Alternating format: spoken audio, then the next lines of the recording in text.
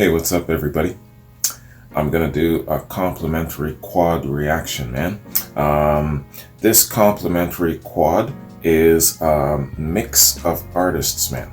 I'm gonna first start off with Gerry Garcia and the Gerry Garcia band, and they are doing a Bob Dylan cover, Senor Tales of Yankee Power, and followed by Pink Floyd doing Marooned, and I understand it to be an instrumental, and that's going to be followed by the Rolling Stones, a song called Following the River, and then finally Eric Clapton and Steve Winwood doing Presence of the Lord. And I believe that this is a live performance. So very interesting mix of artists, man. So it should be really cool. I just want to give a shout out and a thanks very much to Chuck Connor. Chuck, thank you, man. I appreciate it. I appreciate you sending me these links and this recommendation. Thanks for your patience as well. You waited while I waited through all of my uploading issues and all of my delays and me doing stupid things with erasing all of my calendar and all manner of things. So thanks for your patience and thanks for not pestering the hell out of me. So let's pop this off, man. And we're going to start first with the Gerry Garcia band doing, now don't butcher me for getting this pronunciation wrong, okay? Is it Senor or is it Senor? I think it's Senor, Tales of Yankee Power.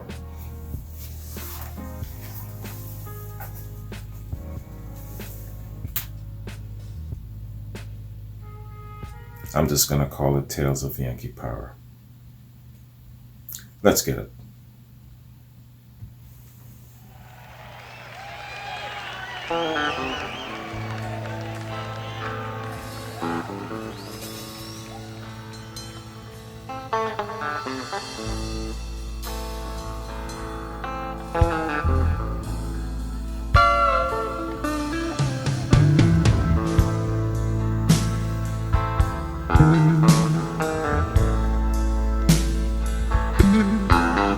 Senor,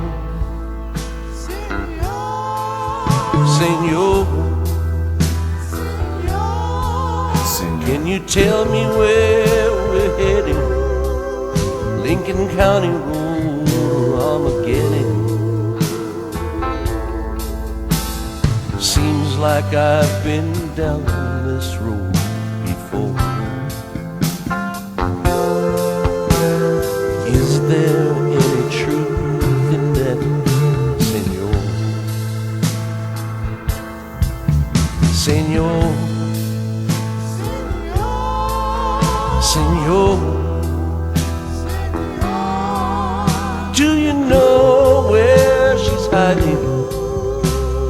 How long we gonna be riding?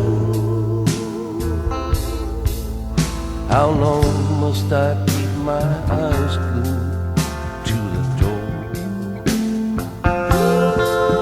Will there be any comfort there, Senor?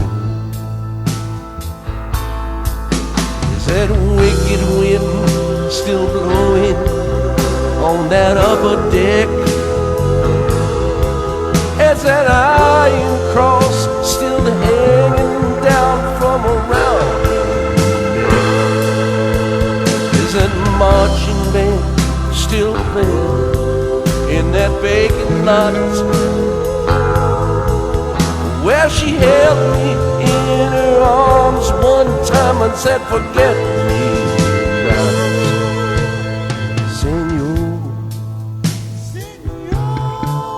Senor, I can see that painted wagon, smell the tail of the dragon. I can't stand the suspense anymore. Can you tell me who to contact here, senor?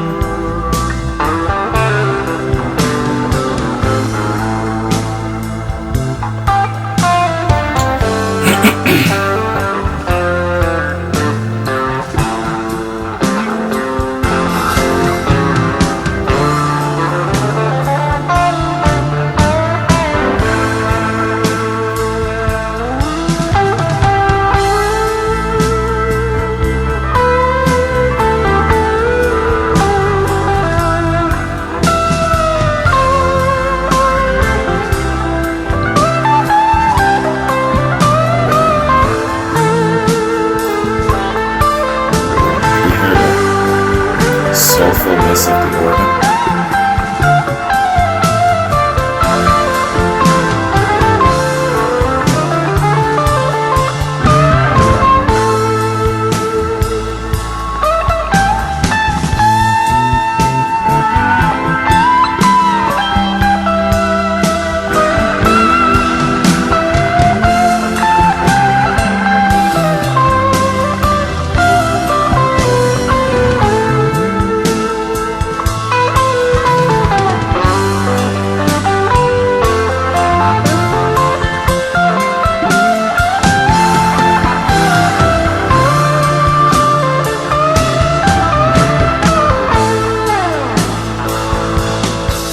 Well, the last thing I remember, where I was dripped in heels, was that train load of fools parked down in a magnet, and a gypsy with a broken leg and a flashing ring said, son, this ain't no dream, this time it is the real.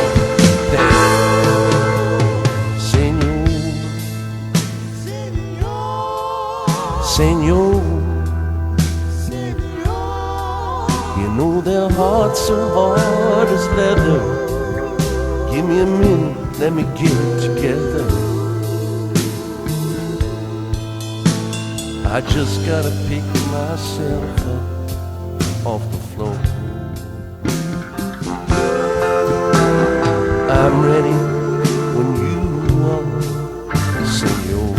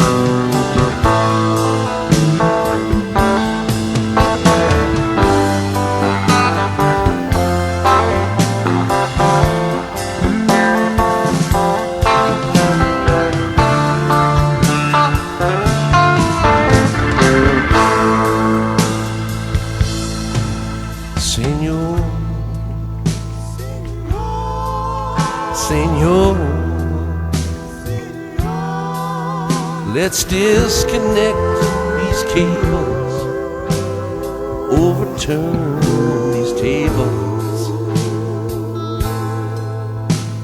This place don't make sense to me no more.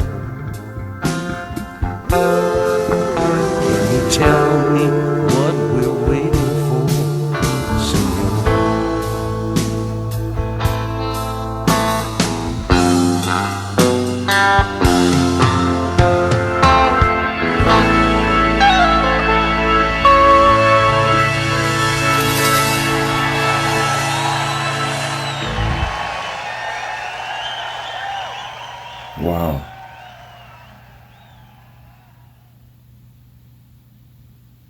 Wow. What a masterful performance. Yeah, masterful can describe it well, but moving is more an appropriate description of this on so many levels. The musicianship, the message, the backing harmonies, those great solos, the guitar solo and the accents of the organ behind it. Oh man, damn man. Gerry Garcia. Yo man. Now the first thing I'm thinking about is what the Bob Dylan rendition sounds like. You know, I don't know, maybe down the road I'll do a back-to-back. Let me know if that sounds like a viable idea. This was fantastic, man. Hey, excellent stuff. Chuck, brother, I don't know if you tailor-made this for me, but this is the shit, man. I'm telling you. Erase that word shit. I am trying to become PG in light of all of this COPPA stuff. That's going to be hard, man. It's like trying to tell a tiger to change its spots. But I'll try my best to be a lot more PG going forward. It's just going to serve me well. Anyway, back to this song. Damn, man. See, I swore again. To hell with it. This is a fantastic tune. The meanings of the song. This man trying to find his place in this world that's changing before him under the threat of losing everything. The apocalyptic warnings. Oh man. That feeling of being, how is it, like deserted, like being isolated, being lost, not being anchored, not having answers. And when you think that you figured it out, the whole equation has changed. That's a terrible place to be in, you know? I remember a lot of my buddies in the military, they had this kind of feeling when they're trying to figure out, yo man, why are we here? What are we doing this for? Who are we doing this for? Why, how, where, when, you know, those questions. It's a terrible place. There's a couple of different meanings to the term no man's land. And that is a term a lot of us in the military actually describe as having that sense of identity not being there, as no man's land. You know, there's of course the historical element of no man's land, but then there's the emotional, mental challenges, and we call that no man's land. So, yo man, this song encapsulates that feeling very, very well. Fantastic tune, man. I gotta go back and listen to this a couple of times, get the lyrics in front of me, sit down, close my eyes, chill out, you know, that sort of thing, and just take it all in. And I think listening to different renditions, the live one is excellent, and probably listening to the studio vibe and hearing it being delivered to you, probably from Bob Dylan's voice, that would be quite interesting. So I'm not done with this song, man. Get back to me and tell me what you think about my idea of doing maybe a back-to-back, something like that. That'd be interesting. All right, man. So let us do a little background on this tune, see what we can learn about it.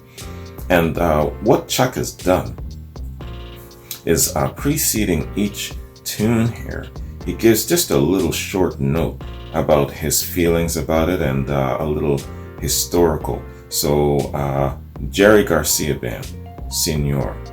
This is one of my all-time favorites, man. His soulful guitar work on this Dylan cover is just tremendous. I never get tired of this song. That's from Chuck. I hear you, brother. I totally get why. And again, I'm intrigued enough to want to kind of listen to a couple of different versions of it, including this one. Again, probably all in a string, back to back. That would be really powerful. So let's do a little Wikipedia song fact read on this, man. And we don't have a lot of info here. I'm just looking at 2 paragraphs. So let's check it out. Señor, Tales of Yankee Power was written by American singer-songwriter Bob Dylan. It appears on the album Street Legal. Street Legal is his 18th studio album released June 15, 1978 by Columbia Records.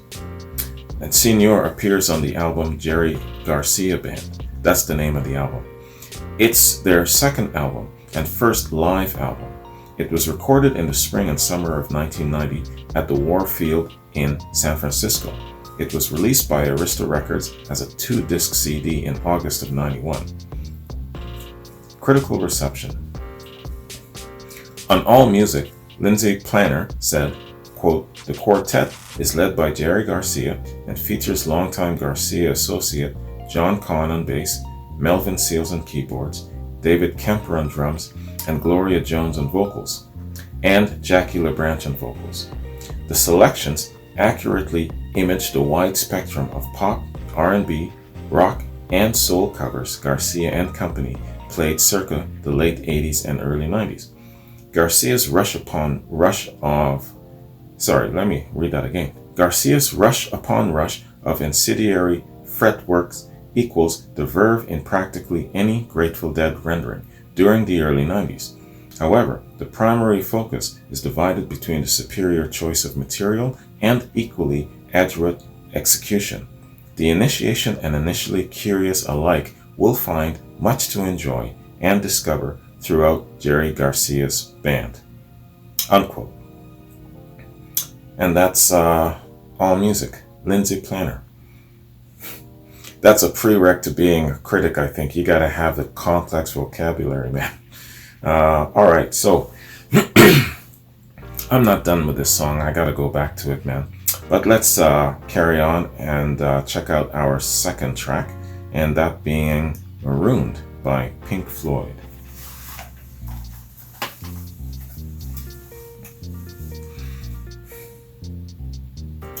Pink Floyd, Marooned. Let's get it.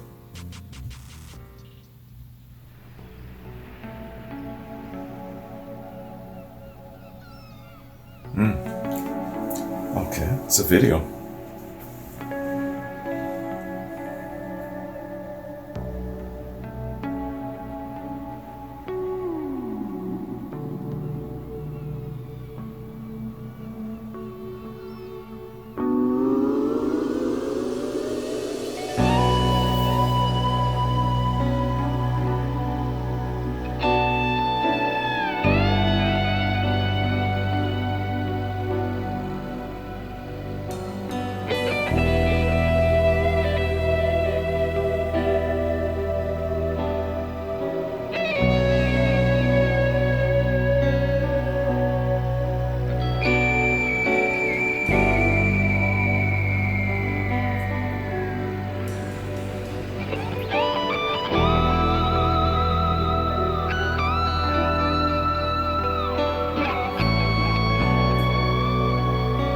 They're going cerebral on you right away.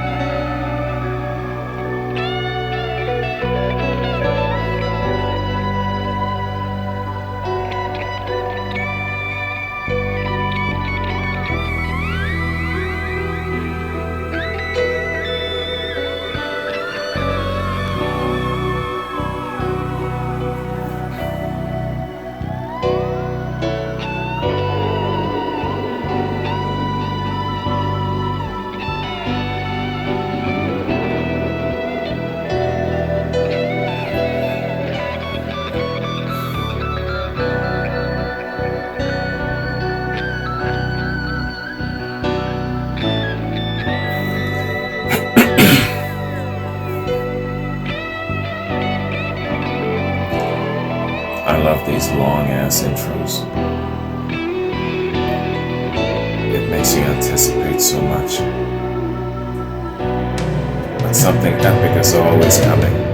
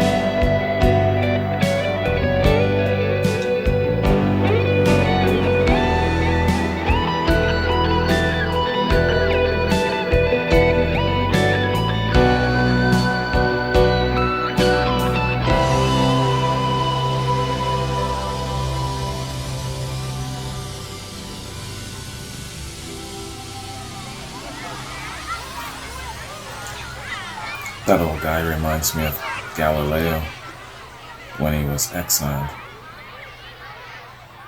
That's the image I get.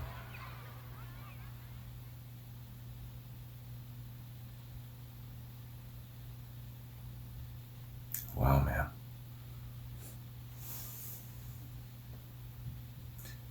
You talk about connecting to the feeling of the theme and the title of this tune, Marooned.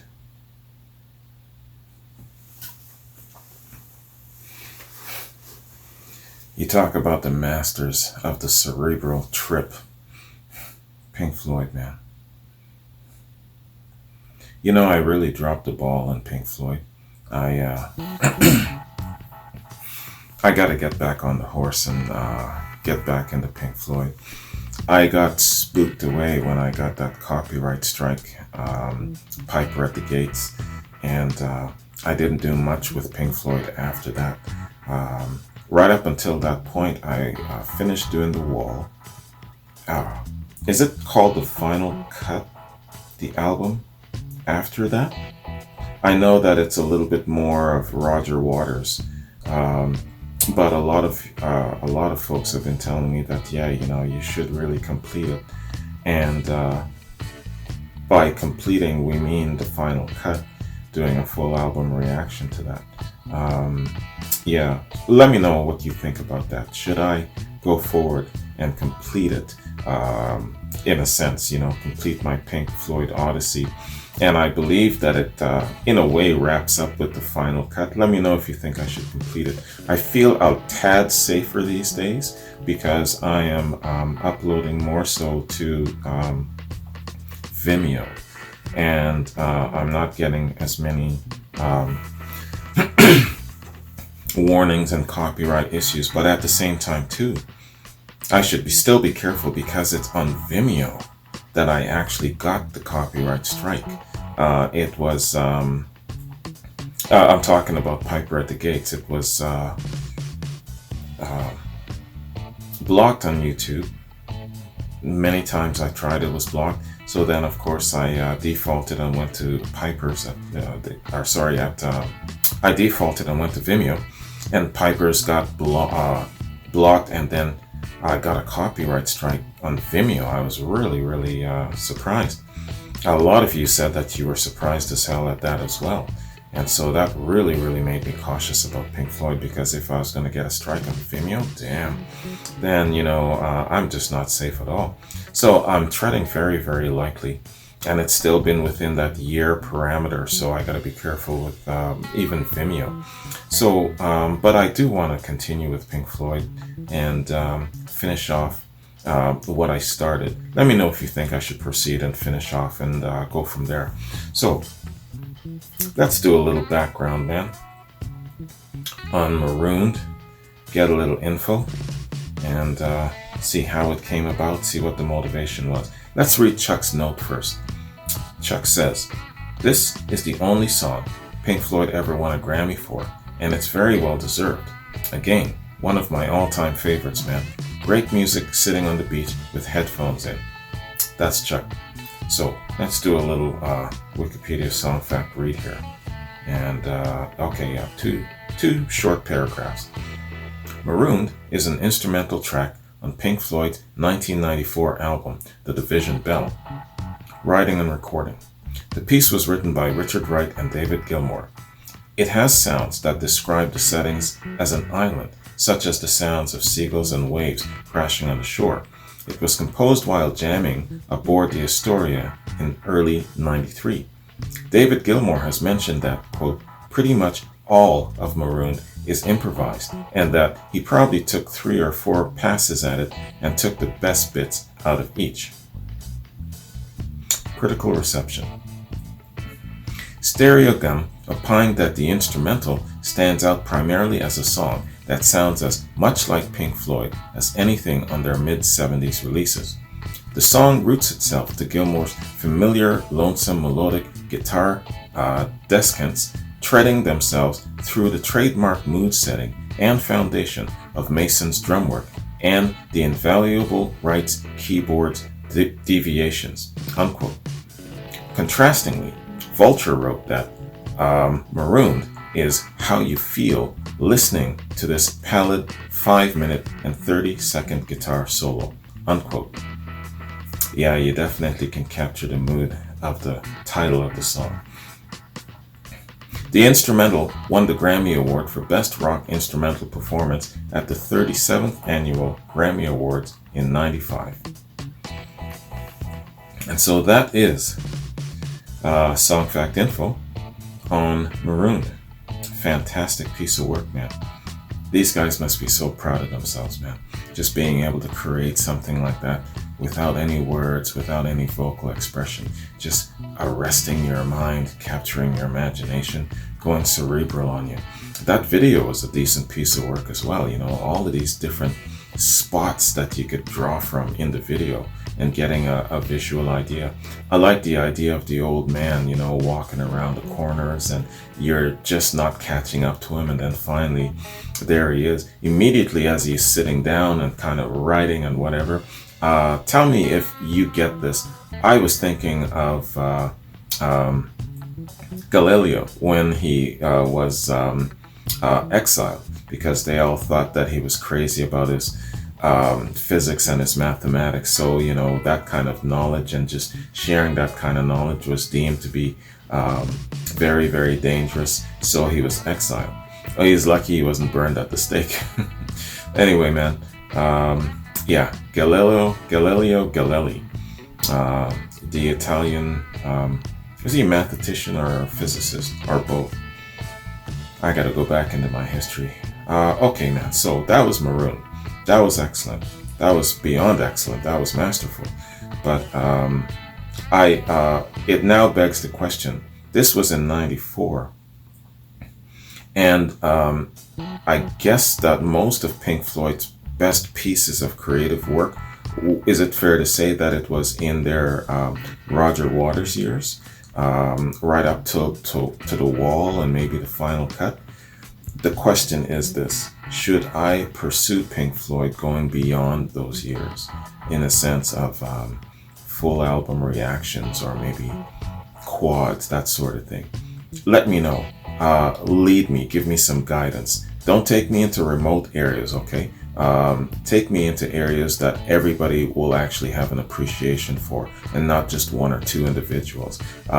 Lately, there's been a tremendous amount of pissing back and forth in the comments of people saying, okay, you're taking advantage of STB's ignorance in rock and roll. You're taking him into remote areas. You're just satisfying yourself. It's a little bit selfish. Keep him in the mainstream of things. And then down the road, once he has a better idea and a wherewithal about the overall body of rock, then you can take him into remote areas. But it's unfair to just take advantage of his ignorance and just take him in remote areas. He doesn't know any better. And you know what? You're right. I don't know any better until after the fact. Until then someone says, STB, what the hell are you doing? Reacting to this, reacting to that. Stay on the beaten trail, stay in the main, but sometimes I don't recognize what's the mainstream. So I'm counting on you guys to lead me in a good direction when you're giving me your recommendations. So where Pink Floyd is concerned, after the final cut. Well, let's start with the final cut. I did The Wall. Should I do the final cut? Should I do a full album reaction to the final cut? And then after the final cut, should I continue with Pink Floyd in the sense of full album reactions or quads or skip over a few years? That sort of thing. So give me some good direction, the good orderly direction as we call it. And I'll trust you. Okay? So let us move on to our third track, man. And that being Following the River by the Stones. Following the River. I think this is overlapping with something that Rhymes with Teeth sent me. Rhymes with Teeth, I think you sent me this before in a... It wasn't a quad recommendation. I think it was two, or was it a back-to-back? Let me know, Rhymes with Teeth. All right, man. So let us do this. Following the River. Let's get it.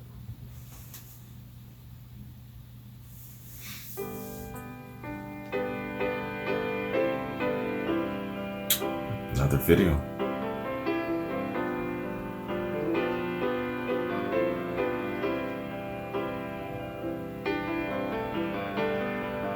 There's something I should tell you.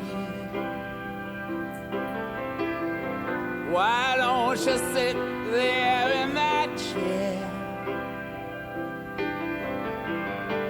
You're looking good today. I love the way your comb's tucked in your hair.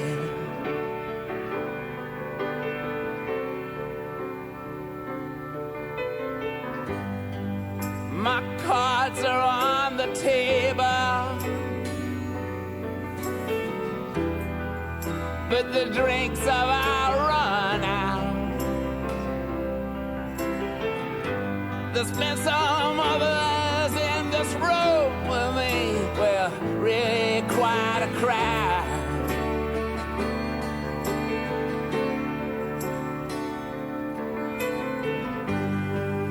It's hard to break it gently,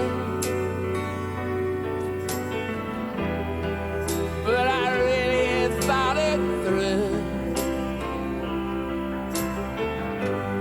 I don't think there's much future left for me and you. Me and you. I'll be following the river till it joins hands with the sea. I've been thinking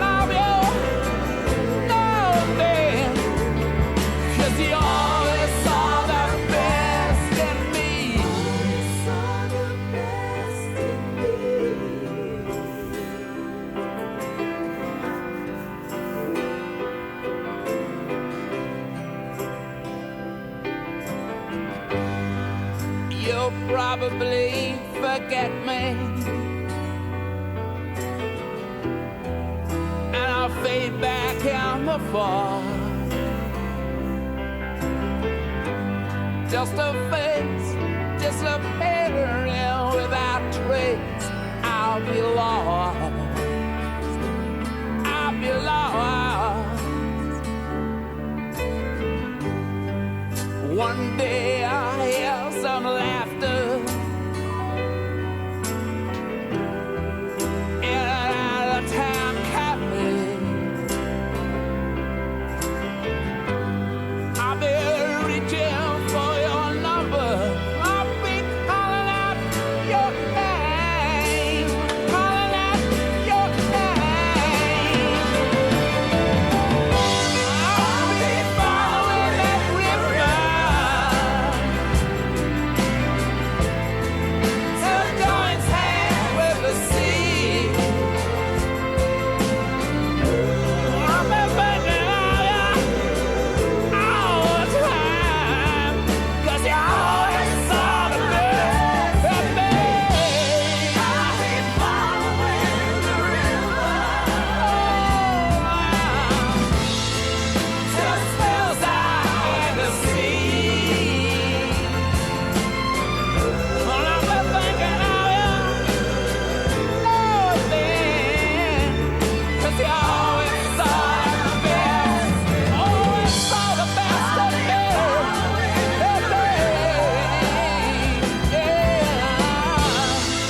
Till it joins hands with the sea. I've been thinking of you, I've been dreaming all about you, 'cause you always saw the best in me. I've been fighting the river, till it joins hands with the sea.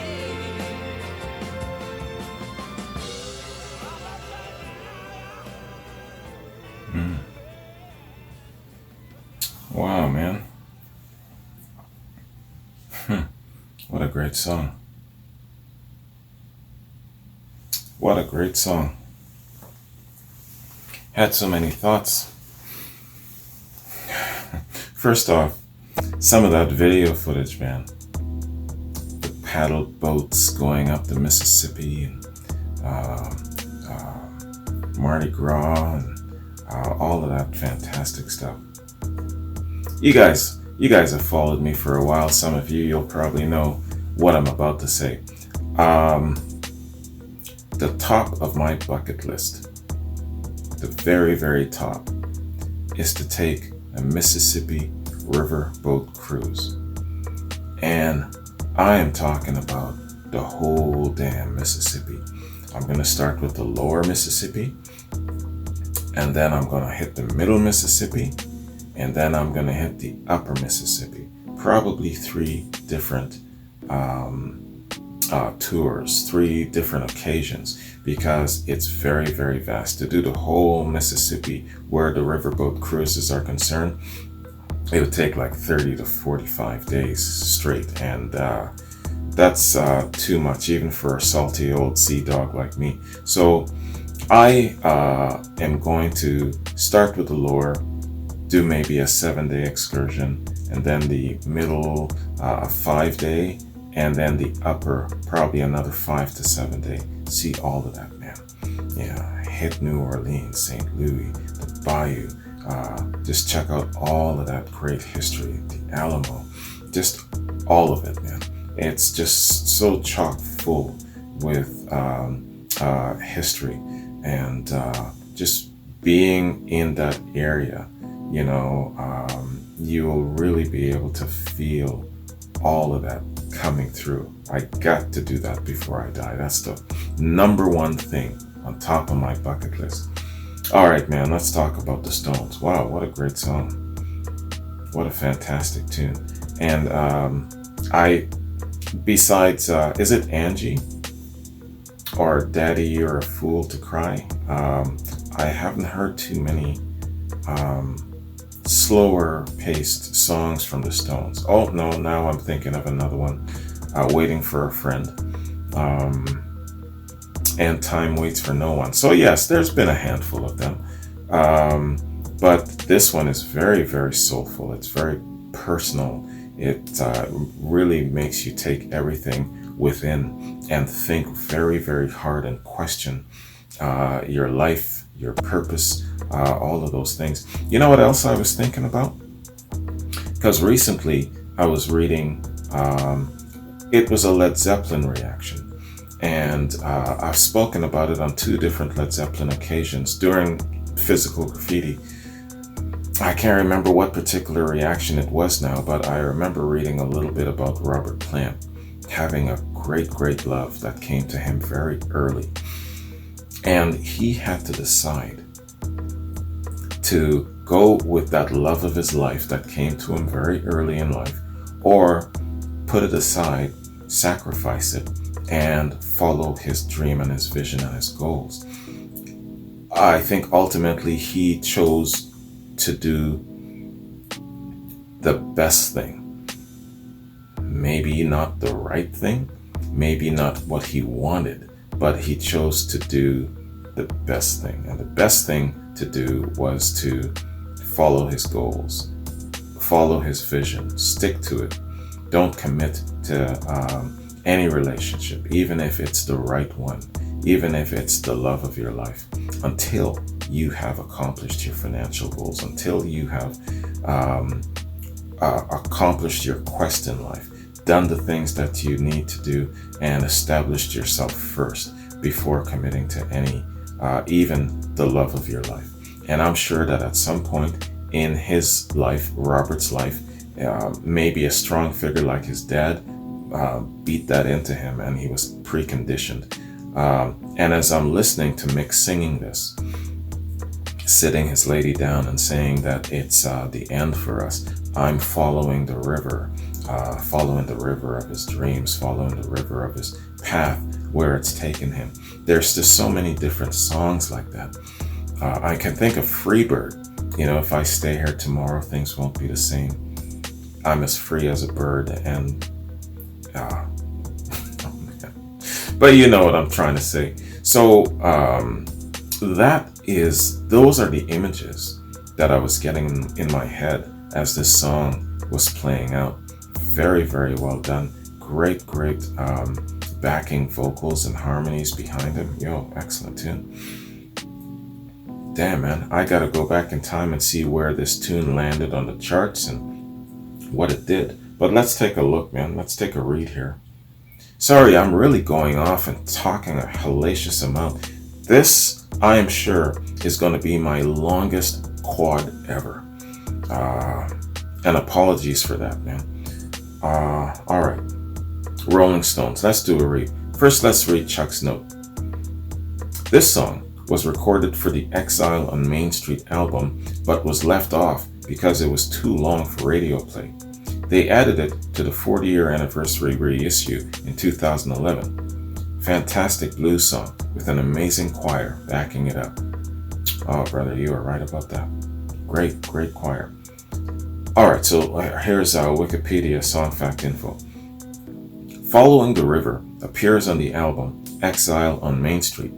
This piano-led ballad was an instrumental backing track languishing in the Stones' archives, but was pulled from the band's vault and re-recorded with an entirely new lyric for re-release on the 2010 update of their 1972 album Exile on Main Street. Jagger said to the Sunday Times, May the 9th in 2010, of the Nicky Hopkins original piano-led track, quote, "I've always liked it, but I never quite knew what was going to happen to it." In another interview, Jagger added, quote, "It's a good feeling when it all comes together. There's a track called Following the River, which is a ballad. It's got beautiful piano on it, which I didn't play, and I'd heard this before, but it didn't have any lyrics at all. I could hear different melodies, but I didn't know how I was going to get the melody to fit with this already existing track, which is very heavily pianoed. And when it came together, I was just singing onto it. I was putting it on the stereo and I was singing along, trying out different melody lines and trying out different words. And when it actually came together, It's a very good moment, you know. There's a moment, there's a frustration, there's a buildup of this. He makes a discouraged face, and then try. And there's a moment when it really comes together for you, unquote. So that's Mick Jagger talking about this song. Okay, and that's all the info we've got, man, on Following the River. It didn't tell us anything about its chart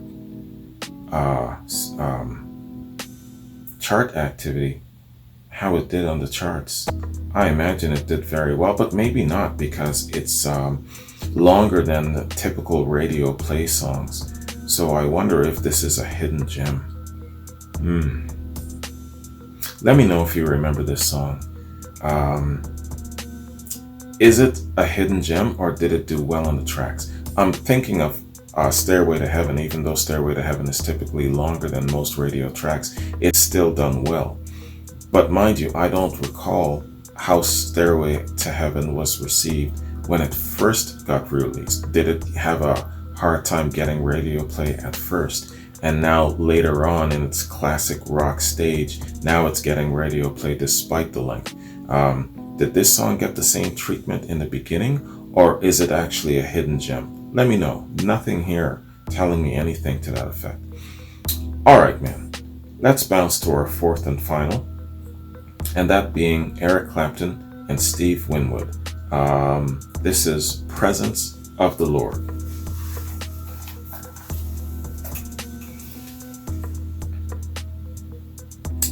Alright, man. Clapton and Winwood. Presence of the Lord. Let's get it. Now I'd like to bring on someone that I've been dying to play with for the last 25 years. 25.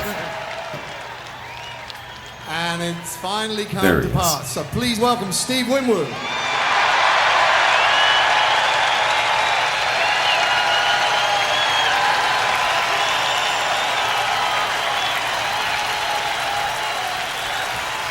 Nice.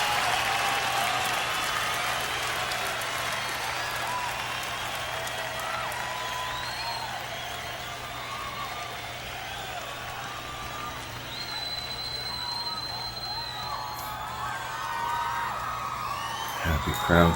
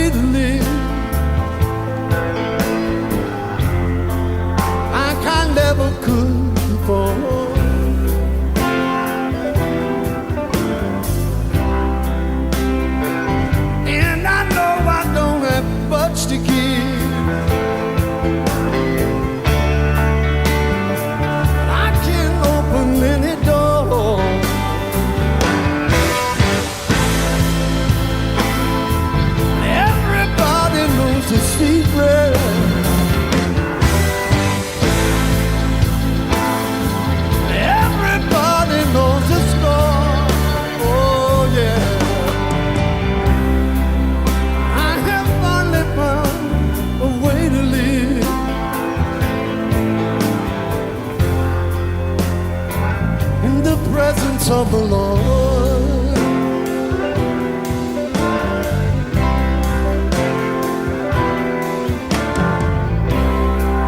Oh, how far they found way to lead, like I've never been before.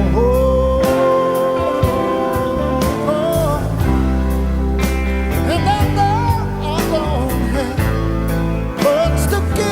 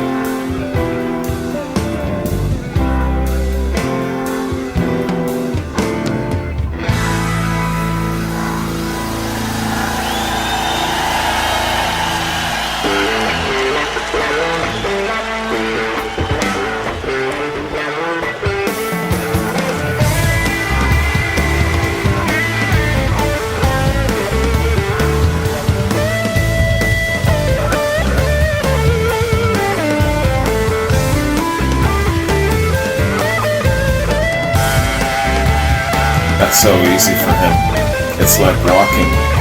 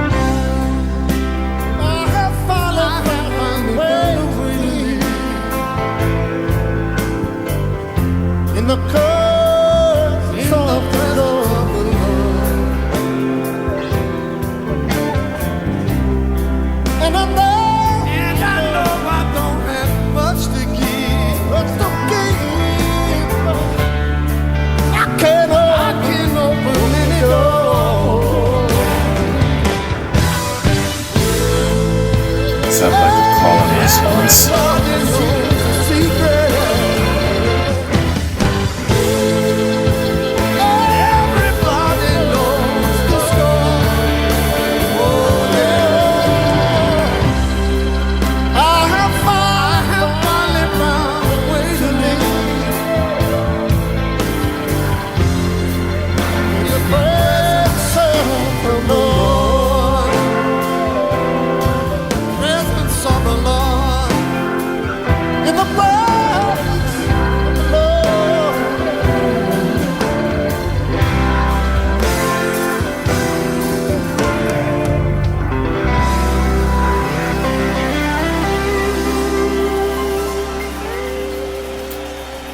Oh man. Wow. That is a moment in time. Damn.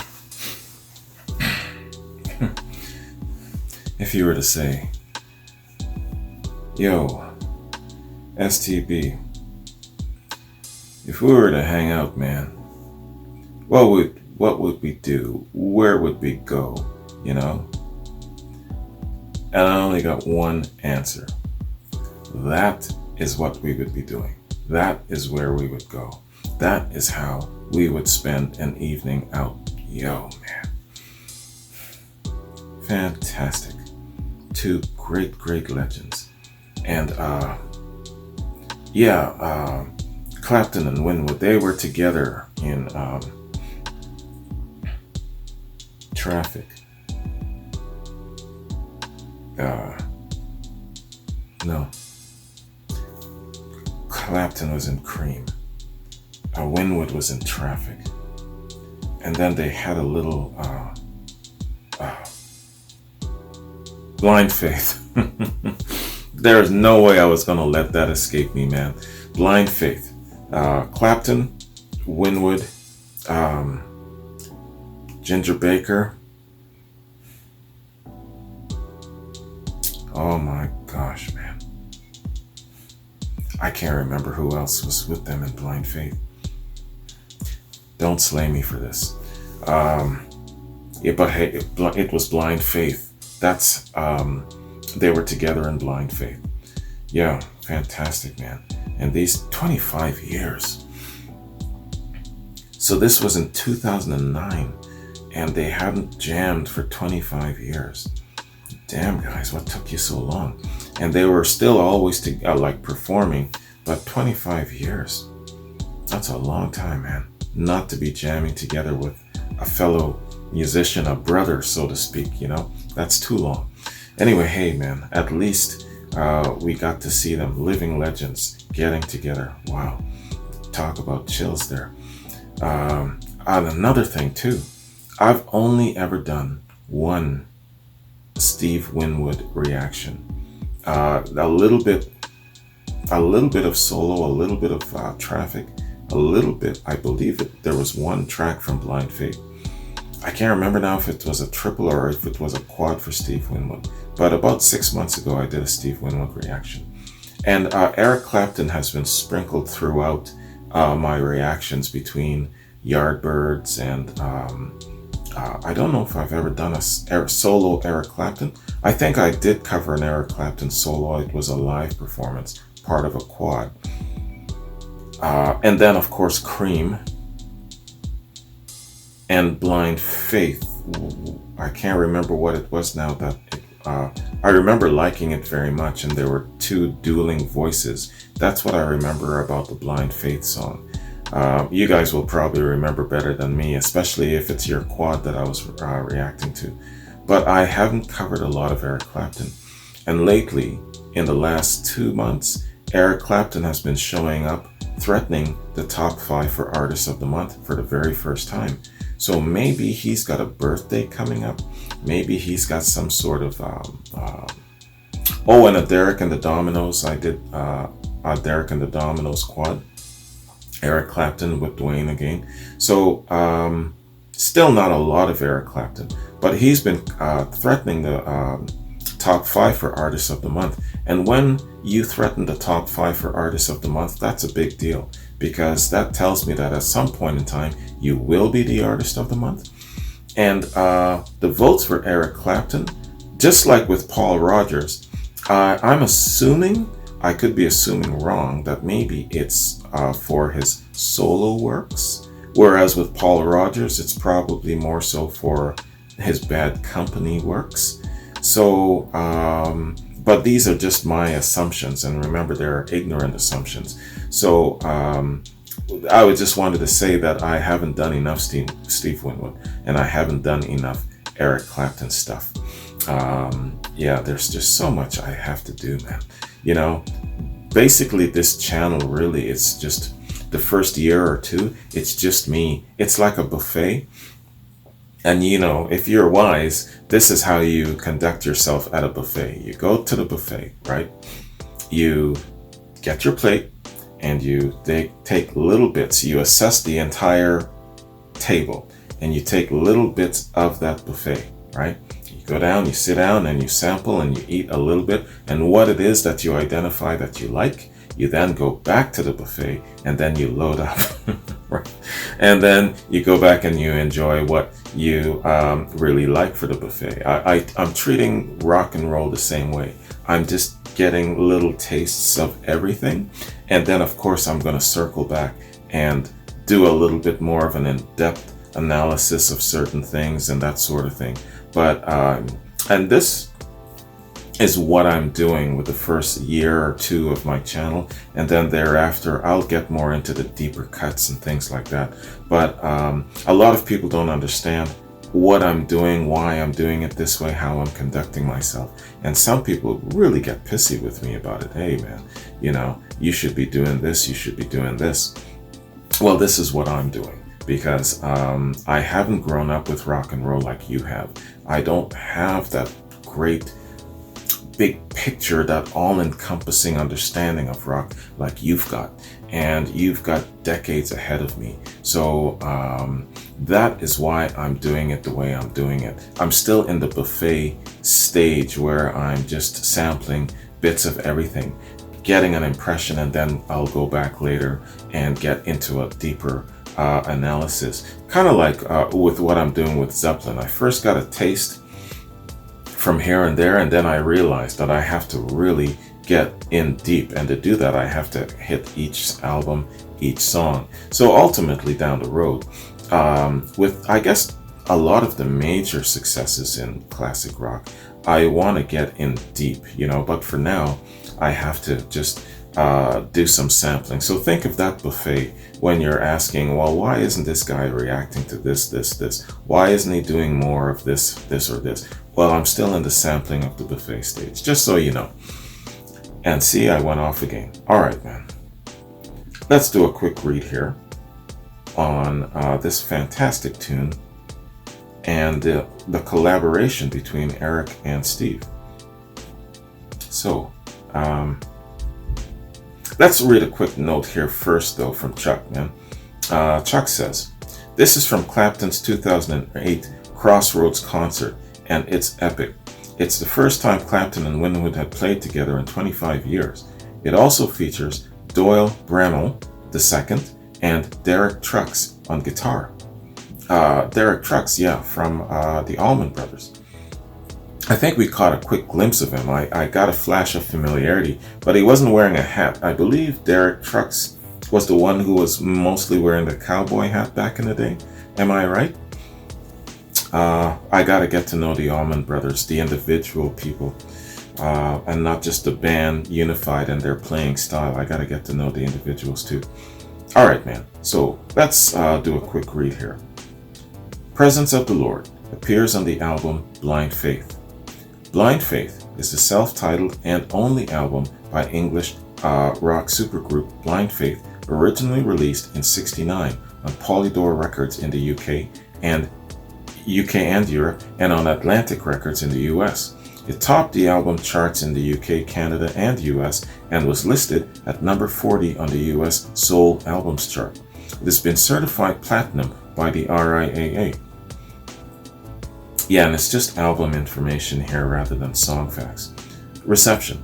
The album was a critical and commercial success, reaching number 1 on both sides of the Atlantic and receiving mostly positive reviews.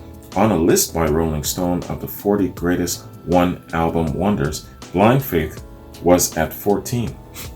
Excuse me.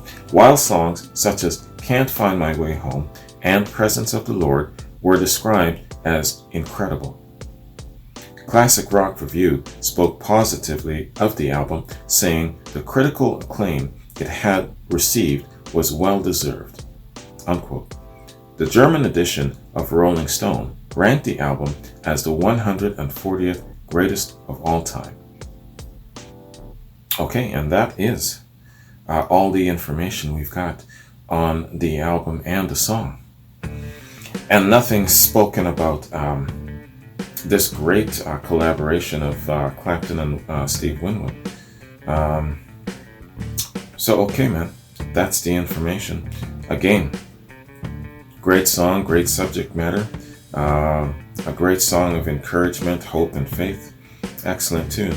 Now, I know that Clapton or Winwood, who I think it's Clapton who wrote this song, is probably not a model of, Christian faith or whatnot, but it just goes to show that you don't need to be, how would I say, a crazy devoted Christian. You don't need to go to church every single Sunday. You necessarily don't even have to get down on your knees and pray every day.